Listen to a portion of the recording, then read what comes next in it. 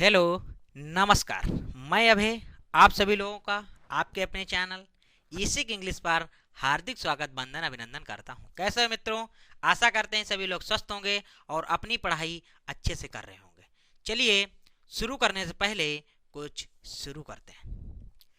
Self love is the balance between accepting yourself as you are while knowing you deserve better than you deserve better and then working towards it।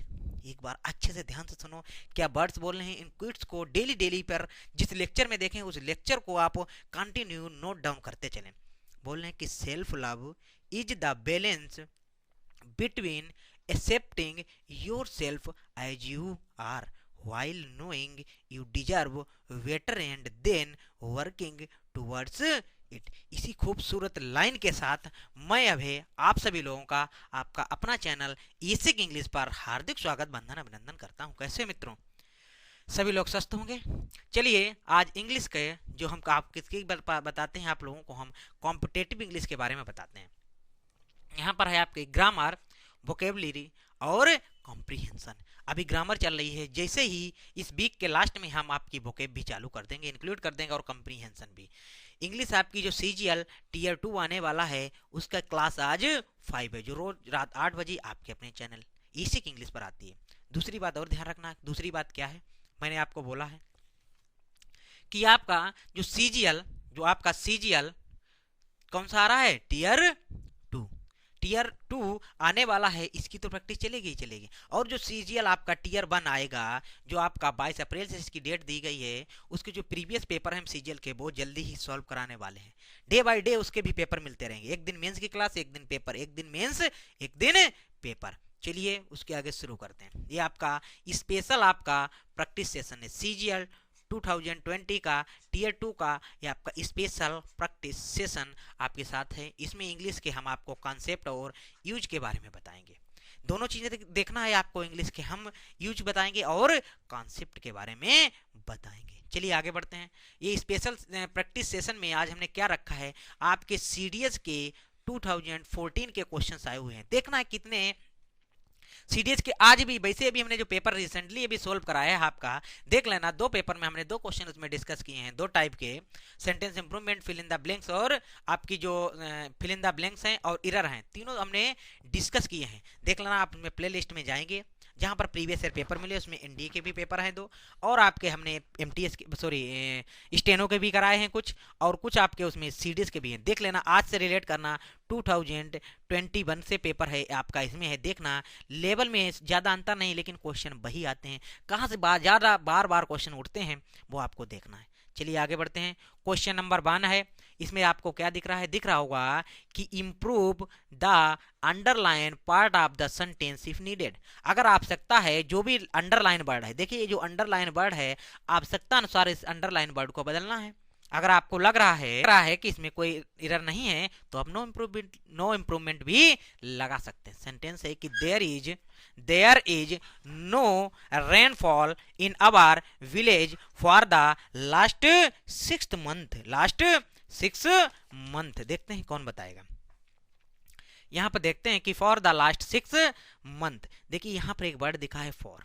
जब भी for के साथ आपका period of time आ जाए, for के साथ period of time आ जाए, और सिंस के साथ यही चीज आपकी यहां पर लिख रहे हैं हम दूसरा, सिंस प्लस पीओटी आ जाए। देखिए यहां पर स्टार बना के हम लिखवा रहे हैं आपको कि सिंस, पहला स्टार बना के लिखना। जब कभी भी फॉर के साथ पीओटी आ जाए, सिंस के साथ पीओटी आ जाए, इसका मतलब पॉइंट ऑफ नहीं, पीरियड ऑफ टाइम। यहां पर भी पीरियड ऑफ टाइम दोनों जगह हो जाए, तो जो भी बी वर्ब की फॉर्म होती हैं, जो आपकी यहाँ पर इसमें जो बी वर्ब की फॉर्म होती हैं, दोनों जगह पर बी वर्ब की जो फॉर्म होंगी, वो आपका टेंस बदल जाता है। आपका टेंस किस में आ जाएगा, प्रेजेंट परफेक्ट या प्रेजेंट परफेक्ट कॉन्टिन्यूस में। टेंस आपका हो जाएगा प्रेजेंट परफेक्ट कॉन्टिन्यूस में हो जाएगा, या तो प्रेजेंट परफेक्ट में हो जाएगा। यहाँ पर भी या तो प्रेजेंट परफेक्ट कॉन्टिन्यूस में हो जाएगा, या आपका प्रेजेंट परफेक्ट आ जाएगा। देखिए हम बोल रहे हैं तो नोट डाउन करना चाहे आप नोट डाउन कर सकते हैं। जब कभी भी यहां से हम फिर से बोल रहे हैं कि four plus period of time आ जाए तो उसके बाद में जो बी वर्ब की फॉर्म होती हैं उनका टेंस बदल जाता है। किस टेंस में आते हैं? या तो प्रेजेंट परफेक्ट में आएंगे या प्रेजेंट परफेक्ट कॉन्टिन्यूस में आएंगे। यही सिंस के साथ लगता है कि पीरियड ऑफ टाइम आ जाएगा तो बी वर्ब की फॉर्म या तो प्रेजेंट परफेक्ट प्रेजेंट में परफेक्ट कॉन्टिन्यूस में होगी या परफेक्ट प्रेजेंट परफेक्ट में होगी। कब प्रेजेंट परफेक्ट में होगी, कब प्रेजेंट परफेक्ट कॉन्टिन्यूस में होगी, इस बात की भी हम तुम्हें जानकारी देते हैं। इस बात की यह जानकारी है कि ध्यान से सुनना कि प्रेजेंट परफेक्ट कंटिन्यूअस में वो वर्ब आएंगी जो वर्ब डायनेमिक होंगी, वो वर्ब जो डायनेमिक होंगी जिन्हें हम एक्शन वर्ब बोलते हैं। एक्शन वर्ब अगर कोई है तो उसको हम प्रेजेंट परफेक्ट कंटिन्यूअस और प्रेजेंट परफेक्ट दोनों में प्रयोग कर सकते हैं। ध्यान रखना बेस्ट हो जाएगा प्रेजेंट परफेक्ट कंटिन्यूअस। जो वर्ब स्टेटिव वर्ब है नॉन एक्शन वर्ब में जिनमें कोई एक्शन नहीं होता है उसमें हमेशा आपको प्रेजेंट परफेक्ट ही प्रयोग करना है। इज कैसी वर्ब बच्चों? Stative verb, non action verb है, लिंकिंग वर्ब है, फाइनाइट वर्ब है। इसका मतलब इसके साथ कौन सा बनेगा? बाज तो आएगा नहीं, नो इम्प्रूवमेंट होगा नहीं। इसका मतलब आएगा तो हैज बीन या तो हैड बीन, दोनों परफेक्ट हैं। ध्यान रखना सेंटेंस प्रेजेंट का है तो सेंटेंस का सीक्वेंस भी किसमें बच्चे चेंज होगा? प्रेजेंट में ही चेंज होगा।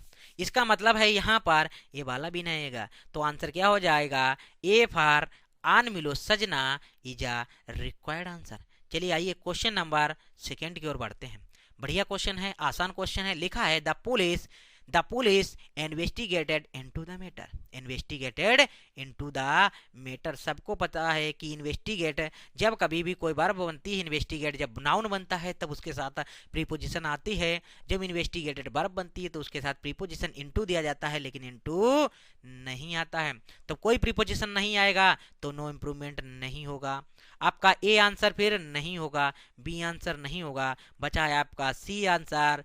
इसी से कहो ना प्यार है, इज रिक्वायर्ड आंसर। आशा करते हैं पॉइंट समझ में आया होगा। अगर समझ में आया है तो वीडियो को लाइक कर दें और अभी अगर किसी ने चैनल को सब्सक्राइब नहीं किया तो चैनल को सब्सक्राइब कर दें और वीडियो को शेयर करना बिल्कुल ना भूलें। चलिए आपको बताते हैं। इन्वेस्टिगेट, यहाँ पर वर्ड लिखा है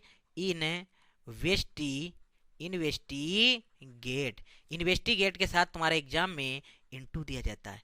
इन्वेस्टिगेट का मतलब इनटू इसके साथ इसलिए नहीं आता है कि इन्वेस्टिगेट का मतलब क्या होता है आपका? इंक्वायर। इंक्वायर आपका क्या होता है? इंक्वायर। इसके साथ हम इंक्वायरी करना, इसके साथ इनटू का प्रयोग होता है, इसका ये मतलब ही होता है। लेकिन इंक्वायरी के साथ इनटू लगता है, लेकिन इन्वेस्टिगेट के साथ आपको इनटू का प्रयोग नहीं करना है। बच्चों ध्यान से सुनना, जो बात बोल रहे हैं कि इन्वेस्टिगेट के साथ इनटू का प्रयोग नहीं होगा, लेकिन इंक्वायरी के साथ आपको इनटू का प्रयोग करना पड़ेगा। तो सेंटेंस हम बोल रहे हैं, ध्यान से लिख लो। The police investigated into her case. एक सेंटेंस क्या है कि the police investigated her case. Copy में नोट डाउन जब भी पढ़ा करें, वीडियो को देख लें। हम बहुत स्लो बोल रहे हैं, इतने स्लो बोल रहे हैं, कॉपी में नोट डाउन करेंगे तभी आप सीख पाएंगे। 10 से 12 क्वेश्चन सिखाते हैं, उनसे आप 1000 क्वेश्चन बनाने के तरीके सीख जाएं। इसीलिए तुम्हें हम 10 से 12 क्वेश्चन उठाते हैं। ऐसे चाहें तो हम 1000 या 500 भी तुम्हें डिस्कस कर सकते हैं, उससे आपका ज्यादा बेनिफिट नहीं होगा, ज्यादा बेनिफिट नहीं होगा। हम आपको चाहे तो 1000 क्वेश्चन भी उठाएं, ऐसे पीडीएफ बना के सॉल्व कराते रहें, इसमें ए आंसर होगा, इसका बी होगा, बताते रहें थोड़ा बहुत। लेकिन नहीं, अगर आप 10 सीखें, उनसे ऐसे करें कि 10 के आगे हम 100, 1000, 2000, लाख, करोड़, अरबों में बनाते चलें। बच्चों ध्यान रखना कि हम क्या बात बोल रहे हैं। हमने जो बात बोली है उसको आपको माइंड में रखना है कि इन्वेस्टिगेट के साथ हम इनटू का प्रयोग नहीं करते हैं। इन्वेस्टी का मतलब होता है इंक्वायर इनटू, तो इंक्वायर इनटू, इंक्वायरी के साथ हम इनटू का प्रयोग करते हैं। चलिए एक सेंटेंस बोल रहे हैं हम, लिखना the police investigated into her case. तो यहां पर पता होगा कि इन्वेस्टिगेट के साथ हम इनटू का प्रयोग नहीं करेंगे। दूसरा लिखा है the police inquire her case. अब पता हो गया है कि इंक्वायर आ गया है। अब देखो दोनों का मतलब ही जांच पड़ताल होता है। इन्वेस्टिगेट का मतलब जांच पड़ताल, इंक्वायर का मतलब इंक्वायरी करना, जांच पड़ताल करना। हिंदी का सेंस तो सेम आएगा, लेकिन यही तो कॉन्सेप्ट है बच्चों। ये क्या है? कॉन्सेप्ट है। यहां पर आपको लगाना पड़ेगा the police inquire into her case. आशा करते हैं पॉइंट समझ में आया है। अगर पॉइंट समझ में आया है तो वही थंबनेल बना के भेजना कि हाँ, वीडियो को तुरंत लाइक कर दें और शेयर कर दें। सभी लोग, जितने लोग हैं, सिर्फ एक शेयर, ज़्यादा शेयर नहीं करना है कि बार बार एक ही बार शेयर करते नहीं, पढ़ना है। बस शुरुआत में ही शेयर कर दो या लास्ट में पढ़ते समय बीच में कर दो। बस 10 सेकेंड या 15 सेकेंड का समय निकालो, शेयर कर दो ग्रुप में, अपने दोस्त में शेयर कर दो जितने आपके दोस्त हैं। ऐसे ना सोचा करो कि हम पढ़ लेंगे तो हमारा दोस्त हमसे पीछे हो जाएगा, नहीं, ऐसा बिल्कुल नहीं सोचना है। कि देखिए, हर लोग, हर किसी के पास कुछ ना कुछ एक्स्ट्रा होता है, कुछ कहीं से ना वो सीख रहा होगा तो आपको नहीं बताएगा। अगर आप ऐसा करेंगे तो वो भी आपको बताने की कोशिश करेगा, ध्यान रखना। तो इसमें सी फॉर कहो ना प्यार है इज अ रिक्वायर्ड आंसर। चलिए question number 3। Ramchand Arthi and his family have been in Guyana from 1985। अभी बताया है जब 1985 आएगा तो आपको आता है सिंस और फार, सिंस और फार। सिंस आता है, इसके बाद में अगर जब आएगा, इसके बाद में आएगा आपका पीओ टी। कौन सा आता है? पॉइंट नहीं बोलना है, पीरियड ऑफ टाइम। एक पीरियड ऑफ टाइम आएगा, अगर आपका वो फिक्स टाइम है तो हमें सिंस का प्रयोग करते हैं। इसका मतलब बच्चों यहाँ पर फ्रॉम नहीं, हम सिंस का प्रयोग करेंगे। सबको पता होगा ए पार आन मिलो सजना इज अ रिक्वायर्ड आंसर। चलिए उससे पहले कुछ बताते हैं हम, शुरू कर इसमें बताने की कुछ हम कोशिश करते हैं। ध्यान रखना, फ्रॉम के बदले सिंस तो कर दिया है तुमने, फ्रॉम यहाँ पर गलत क्यों है? फ्रॉम के बदले आपने सिंस तो कर दिया है, फ्रॉम के बदले आपने सिंस का प्रयोग तो कर दिया है। देखिए ध्यान रखना, प्रेजेंट का कोई भी सेंटेंस हो या फ्यूचर के टाइम के साथ, प्रेजेंट का टाइम हो या फ्यूचर का टाइम हो, जब एक साथ टाइम घटते हैं तब हम उसमें सिंस का प्रयोग, सिंस का प्रयोग के अर्थ में हम पास्ट टाइम हो, मतलब हम ऐसे तुम्हें समझाना चाह रहे हैं कि फ्रॉम के बदले तुमने सिंस का तो प्रयोग किया है। क्योंकि फ्रॉम का प्रयोग जब कभी हमें करते हैं जिसमें प्रेजेंट या फ्यूचर का टाइम दिया हो, प्रेजेंट का भी टाइम हो और फ्यूचर का भी टाइम हो। ध्यान रखना, हम टेंस नहीं बोल रहे हैं, टाइम बोल रहे हैं। टेंस और टाइम में बच्चों बहुत डिफरेंस है। हमने बोला है कि फ्रॉम का अगर आपको प्रयोग करना पड़े तो उसमें फ्रॉम का प्रयोग आप तब करेंगे जब सेंटेंस प्रेजेंट का भी उसमें टाइम दिया हो और कुछ फ्यूचर का भी टाइम दिया हो। तो आप किसका प्रयोग कर देंगे? किसका बच्चे प्रयोग कर देंगे? फ्रॉम का प्रयोग कर दें। जब सेंटेंस में पास्ट का टाइम दिया हो तो फॉर और हम सिंस का प्रयोग करते हैं। ध्यान रखना, फॉर का प्रयोग हम तब करते हैं जब पीरियड ऑफ टाइम आपको पीरियड ऑफ टाइम का दौरान ना पता हो। पता है कि 1985 इज ए डिफाइंड नंबर, ठीक है, पता है कि इसका मतलब फिक्स है, इसके साथ हमने सिंस का प्रयोग कर दिया। अभी एक बताया था पीछे, टेंस कैसा बनेगा? हैव बीन प्रेजेंट परफेक्ट में बनेगा। अब क्योंकि हैव यहाँ पर एक स्टेटिव वर्ब है जिसे हम नॉन एक्शन वर्ब बोलते हैं। ध्यान रखना क्या बात बोली है, तो यहाँ पर ए फॉर आन मिलो सजना इज आ रिक्वायर्ड आंसर। चलिए आइए क्वेश्चन नंबर 4 की ओर बढ़ते हैं। सब देखिए टेंथ के क्वेश्चन झरे पड़े हैं, इतने पड़े हैं कि आप गिनते गिनते आपकी उम्र कम हो जाएगी। इसमें नहीं, मतलब सीडीएस की बात कर रहे हैं, यहाँ पर तो गिन लोगे। इतने क्वेश्चन एनडीए सीडीएस डिफेंस में आते हैं, पूछो मत, क्योंकि टाइम एंड टेंस बहुत ही इंपॉर्टेंट टॉपिक है और उसे बहुत इंटरेस्टिंग के साथ, बहुत ही इंपॉर्टेंट टॉपिक है तो बहुत इंटरेस्ट के साथ पढ़ना है। एक बार, दो बार, तीन बार, चार बार, जितने बार पढ़ पाओ उतने बार पढ़ना है। चलिए आगे बढ़ते हैं। क्वेश्चन नंबर है, I am living in this town since 1980। अब देखिए अगर यहाँ पर एरर होती तो यहाँ पर अंडरलाइन होता 1980, 1985 में हमने सिंस लगाया था तो इसमें भी लगेगा। देखिए पहला क्वेश्चन टाइम एंड टेंस का, दूसरा क्वेश्चन प्रीपोजिशन का, तीसरा क्वेश्चन आपका किसका था? टाइम एंड टेंस का। चौथा क्वेश्चन आया, ये भी किसका है? टाइम एंड टेंस का है। अब आपको पता होगा कि जब कभी भी सिंस और फार लगता है तो टेंस हमारे बच्चे कितने बनते हैं? दो। कितने बनते हैं? Present perfect continuous. एक बनता है आपका प्रेजेंट परफेक्ट। अब ध्यान ये रखना है कि प्रेजेंट परफेक्ट कंटिन्यूअस में जो एक्शन वर्ब होगी उनके दोनों टेंस बन सकते हैं, लेकिन जो नॉन एक्शन वर्ब होगी उसका एक ही टेंस बनेगा, प्रेजेंट परफेक्ट। प्रेजेंट परफेक्ट इसका मतलब है कि प्रेजेंट की है तो प्रेजेंट में चेंज होगा, सेल लिव आएगा नहीं, वाज लिविंग आएगा नहीं, नो इम्प्रूवमेंट होगा नहीं, क्योंकि यहाँ पर इम्प्रूवमेंट करने की आवश्यकता है। इसका मतलब सी फॉर का होना प्यार है इज अ रिक्वायर्ड आंसर। ध्यान रखना बच्चों, बहुत आसानी से आप सॉल्व कर सकते हैं, इतने टफ नहीं है क्वेश्चन, ठीक है। चलिए आगे बढ़ते हैं। क्वेश्चन नंबर 5, ये भी देखिए कितना अच्छा क्वेश्चन है, कितना अच्छा क्वेश्चन है, कुछ कहने को नहीं। If I was you I should tell him the truth, I should tell him the truth. देखिए जब कभी भी हम जितने भी काल्पनिक वाक्य होते हैं सबको पता है वो काल्पनिक वाक्य जब होते हैं एक तरफ सब्जेक्ट इफ प्लस सब्जेक्ट और प्लस सब्जेक्ट बाद में उसकी वर्ब आएगी, लेकिन काल्पनिक वाक्य में जब कभी भी कोई वर्ब आती है हमेशा वर्ब आता है एक साथ है, सबको पता है। लेकिन हम यहाँ पर बताना चाह रहे हैं जब कभी भी हमें कभी किसी के सुझाव की मतलब सजेशन देने की बात होगी तो सेंटेंस में हमेशा उसमें भी हम किसका प्रयोग करते हैं, वर का प्रयोग करते हैं। If I were you I should tell him the truth, इसका मतलब बी फॉर बाहुबली जा रिक्वायर्ड आंसर। जिसे हम एक सेंटेंस आपको बोल दें कि if I were you, if I were you I had by a car, आपको हम सलाह देने की बात हो, किसी को सजेशन देने की बात हो तब भी हम वर का प्रयोग करते हैं। वैसे आपको पता होगा कि इफ अगर आ जाए, इफ के बाद में अगर कंडीशनल काल्पनिक वाक्य हैं तो आपका सब्जेक्ट आ जाएगा और सब्जेक्ट के बाद में यहाँ पर जो वर्ब आएगी अगर हम उसमें किसमें प्रयोग करेंगे,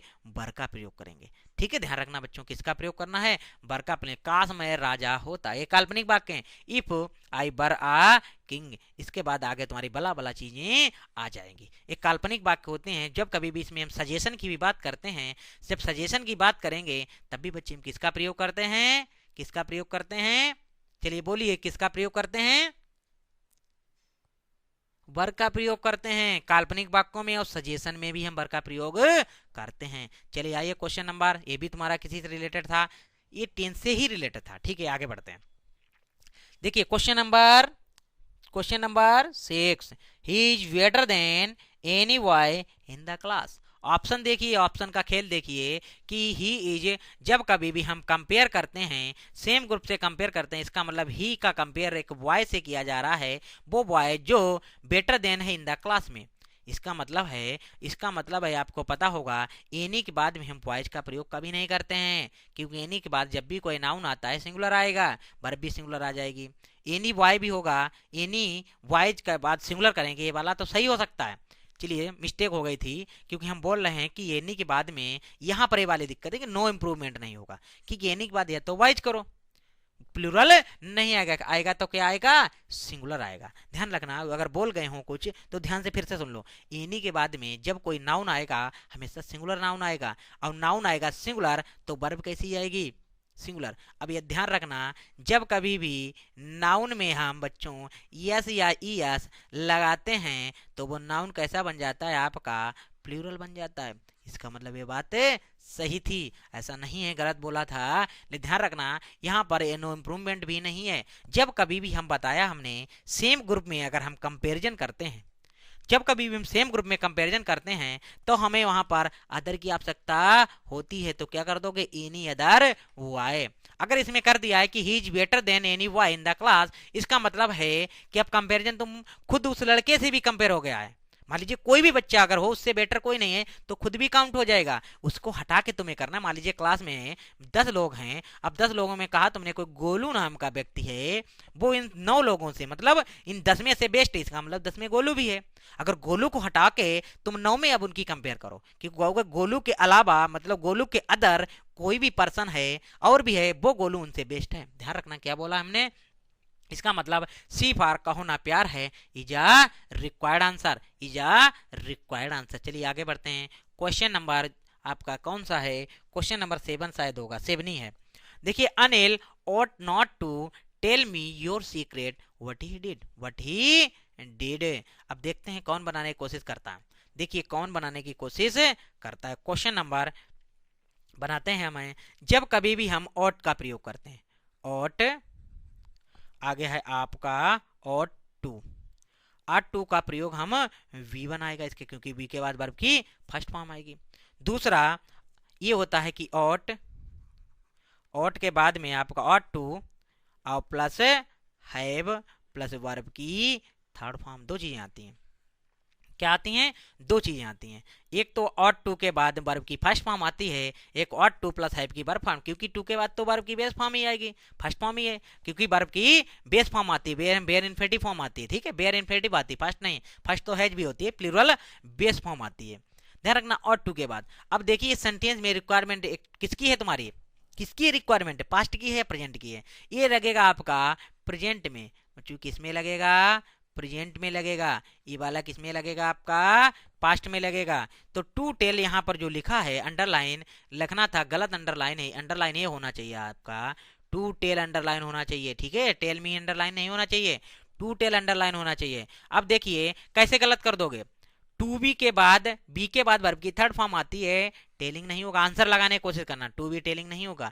अब देखिए यहाँ पर लिखा था टेल, और टू के बाद डायरेक्ट टेल नहीं आएगा, और टू होता ऑट होता ही नहीं है। अब ये नो इम्प्रूवमेंट आपका पता नहीं है कि नहीं है, अभी चलेगा पता, क्योंकि अब तो दो ऑप्शन बचे, या तो सी होगा या तो डी होगा, या तो कहो ना प्यार है या होगा देव सिन्हा। देखते हैं कौन बताता है। जब पास्ट टाइम आपका दिखा रहा है यहाँ पर what he did, time past का दिखा रहा है, तो आंसर सी फॉर कहो ना प्यार है is a required answer. D भी अब क्या हो जाएगा, गलत हो जाएगा। वैसे डी भी हो सकता था, अगर प्रेजेंट का यहाँ पर डी डज हो जाता तो हो जाता, सही हो जाता, लेकिन यहाँ पर नहीं है, तो आपको अपनी तरफ से सही की छेड़खानी नहीं करनी। देखिए किसका है क्वेश्चन, टाइम एंड टेंस का है। चलिए आगे बढ़ते हैं, क्वेश्चन नंबर बेहद बढ़िया है, बहुत आसान है, बहुत ही इजी है।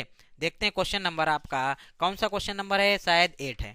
If I were him I would not have accepted the offer, accepted the offer. देखिए यहाँ पर एक गलत भी हो सकता है, पता है कि आपको अभी इफ आया था, अब आई आया, सब्जेक्ट आई के साथ बाज लगा दें, बाज नहीं वरी लगेगा, तो आपको पता है कंडीशनल में, ठीक है, आपको ये बात की जानकारी होगी।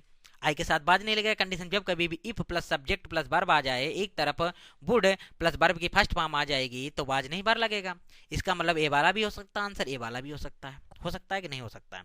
चलिए बताने की कोशिश करें।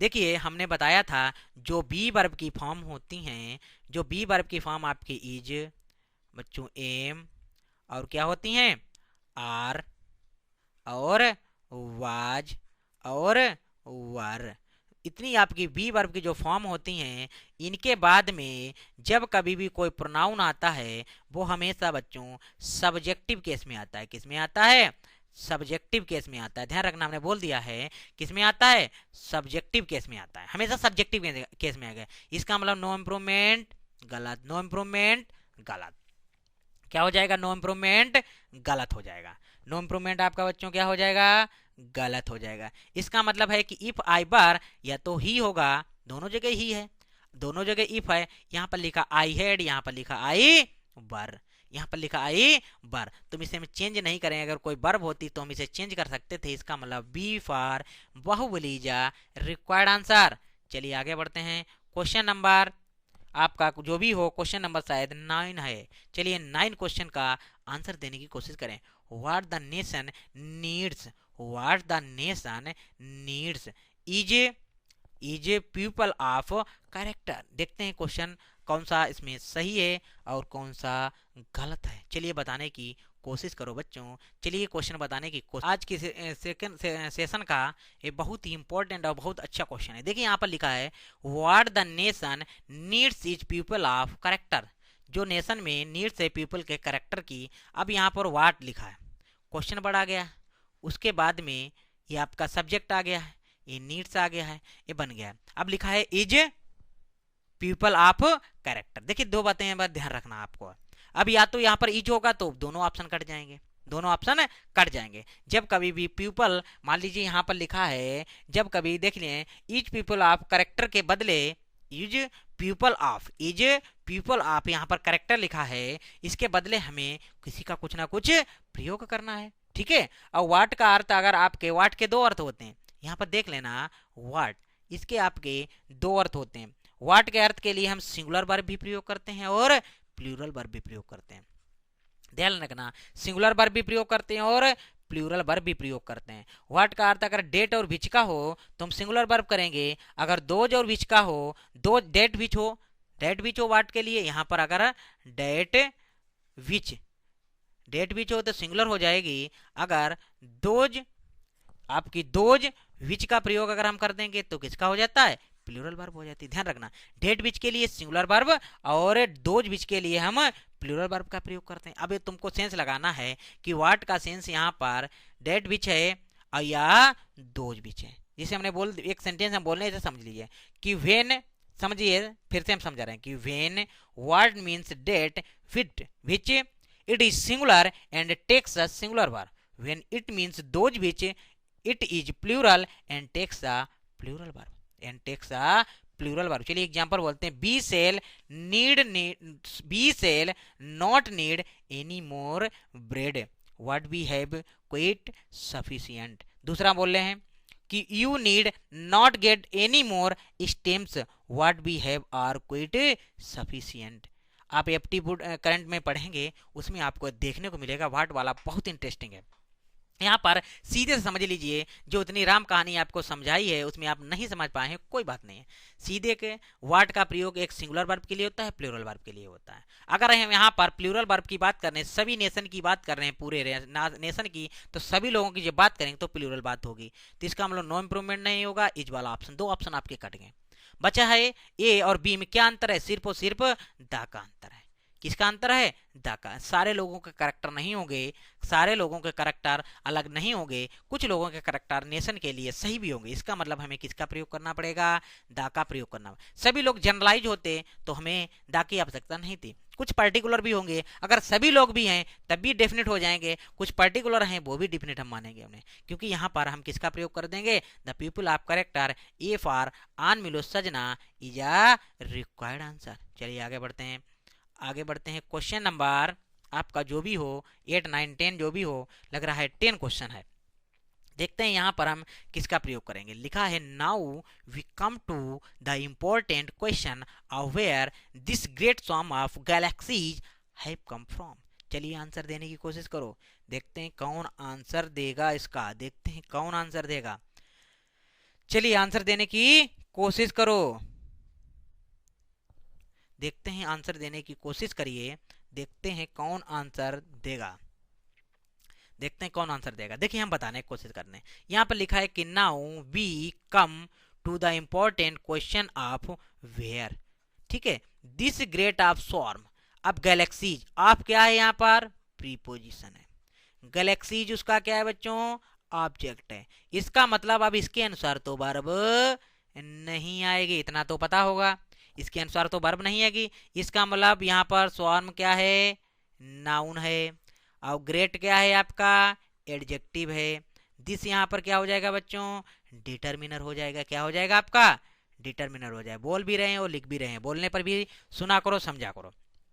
दिस क्या है यहाँ पर, डिटर्मिनर है। ग्रेट आपका एडजेक्टिव है, स्वॉर्म आपका नाउन। इसका मतलब कैसा सब्जेक्ट, सिंगुलर सब्जेक्ट। वर्ब कैसी आएगी, सिंगुलर आएगी। अगर वर्ब सिंगुलर आएगी नो इम्प्रूवमेंट होगा नहीं, क्योंकि हैव लगा है, तो ये वाला भी आंसर नहीं होगा और थर्ड वाला भी आंसर नहीं होगा। इकलौता आंसर बचा है आपका V for Baahubali is a required answer. आशा करते हैं सारे पॉइंट समझ में आए होंगे। प्रॉपर नोट्स बनाइए, उसमें आप लिखते चलिए। देखिए पीडीएफ हम आप लोगों को प्रोवाइड करा देते हैं, टेलीग्राम पर है, उसमें आप समय ना व्यतीत करो क्वेश्चन लिखने में, ज़्यादा लंबा लेक्चर नहीं होता है, आराम से लेटे रहिए, स्क्रीनशॉट ले लीजिए जो जो चीज़ें लिखते हैं। नहीं तो ज़्यादा से ज़्यादा 30 मिनट का लेक्चर है, 35 से 40 मिनट लगेंगे, नोट डाउन भी करते रहिए साथ ही में। बार बार समय नहीं मिलेगा कि एक बार देख लिए 2 बार देख लिए, ऐसा नहीं करना है, ठीक है। जो हम क्या बोल रहे हैं, आगे बढ़ रहे हैं अभी। देखिए ध्यान रखना कि अगर मान लीजिए आपने कॉपी पर नोट डाउन करोगे तो वो चीज़ें जल्दी, अगर मान लीजिए आपने 100 वीडियो देखी थी एग्जाम के पहले, 100 वीडियो का अगर आपने नोट्स में नोट किया था, किसी की भी वीडियो कुछ भी देखा हो, मैथ्स इंग्लिश मतलब चाहे रीजनिंग में या जीएस में, तो जाते समय आप 100 वीडियो नहीं देख सकते हो। अगर वही चीज अगर आपने नोट्स की है 100 वीडियो की, एक जगह पर 50 पेज होंगे या 100 पेज होंगे, आप आधा घंटे में 1 घंटे में पढ़ के निकल जाओगे। ये बात बहुत अच्छी लगती है। वीडियो देखने से बिल्कुल ही देखो ही ना, फिर लेटे लेटे देखने से मतलब नहीं है, फिर देखो ही ना बिल्कुल, इसका मतलब कोई बेनिफिट नहीं होगा। कितने दिन तक चीजें तुम्हें याद रहेंगी, इतने दिन तक चीजें नहीं याद रखते हैं। तभी हम कह रहे हैं बार बार हैं कि चीजें आपको एज्यूम करनी है, चीजों को सोचना है और स्मार्ट स्टडी के साथ आपको पढ़ना है। स्मार्ट अप्रोच आप बनाएंगे तभी आप सिलेक्शन की ओर जाएंगे। आशा करते हैं सभी लोगों को ये बातें समझ में आई होंगी। चलिए आगे बढ़ते हैं, आगे बढ़ते हैं। आगे क्या खत्म हो गए, चलिए आज इतने क्वेश्चन थे, कोई नहीं। देखिए इंग्लिश के जितने भी क्वेश्चन थे उनमें हमने सभी को आपके कॉन्सेप्ट और यूज के बारे में बताया है। जितने भी इसमें क्वेश्चंस थे सभी लोग इसमें एंजॉय करें, देखें क्वेश्चन को इजीली, अपने आप भी कोशिश किया करो, अंडरलाइन किया करो। अब हर एक क्वेश्चन में कुछ ना कुछ मिलता है, क्वेश्चन नोट डाउन करो, लिख लिया करो, अच्छा ये बात इसके साथ आती है। जब कभी टॉपिक में वो चीजें पढ़ोगे ना बहुत आसान हो जाएगा। जब कभी आगे प्रैक्टिस में ये चीजें फंसेंगी ना तो जीवन में तुरंत ऐसे सॉल्व कर जाओगे, कुछ कहने को नहीं। अगर जिस किसी को भी कोई क्वेरीज लेनी है तो व्हाट्सएप येने वाला नंबर है, लेकिन बार बार बोलते हैं कि टेलीग्राम चैनल करना बिल्कुल भी ना भूलें। एसिक इंग्लिश बाय अबे सर आप टेलीग्राम पर सर्च कीजिए और वहां से नीचे जाइए, ऑप्शन का आता है ज्वाइन, ऑप्शन लिखेगा म्यूट और अनम्यूट, दोनों में से आप कुछ भी कर दें, लेकिन जुड़ जाइए वहां पर।